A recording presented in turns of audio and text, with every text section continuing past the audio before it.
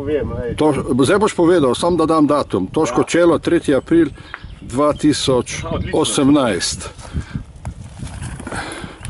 Ja, tako da se je videl, ne? Videl je. No Božo, zdaj pa kaj povej, kje smo in kaj vidimo tukaj. Torej smo na Toškem čelu, kot vidite tukaj okrog so 4 ostanki stražnega stolpa, betonski podstavki, visoki nekaj manj kot 2 metra. In tukaj sta mejna kamna, ki označujete mejo med Italijo in med Nemčijo.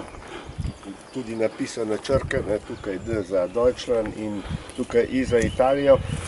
Vendar je treba povedati, da sta bila ta kamna sicer premaknjena, ker meja ni potekala v sredini stražnega stolpa, pač pa malo naprej in so jo verjetno nekoč v preteklosti, ker je tukaj tudi spominska tabla, kot vidite, premaknili zato, da imajo pač tisti, ki jih to zanima oziroma ki tukaj hodijo mimo na pohode, vse pri roki in si lahko gledajo.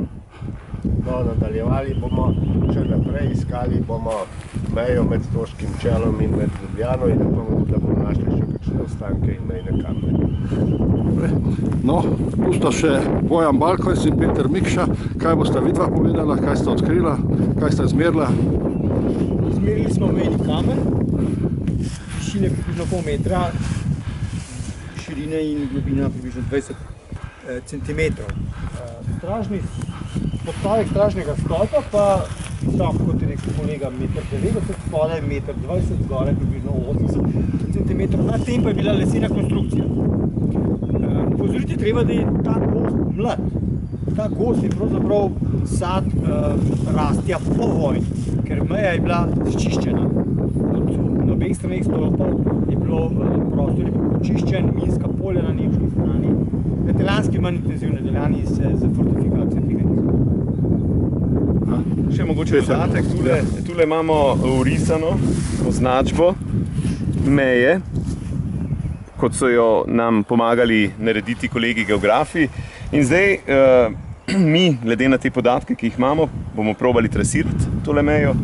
Torej, bomo šli po meji in bomo videli, v bistvu, če še obstajajo kakšne druge ostaline te nemško-italijanske meje iz druge svetovne vojne tukaj. V redu, super. Torej, Toško čelo se nahaja v neposredni bližini Ljubljane. To je kakšen, 2 km, 3?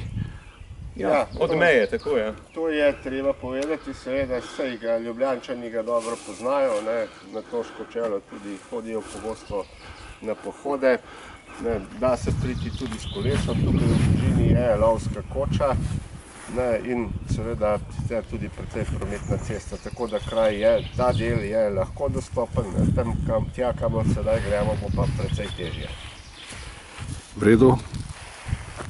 Ok, hvala. Super. Peter, če slikaš v unem SV programu, ti kodeno direktno. Še spominska plošča.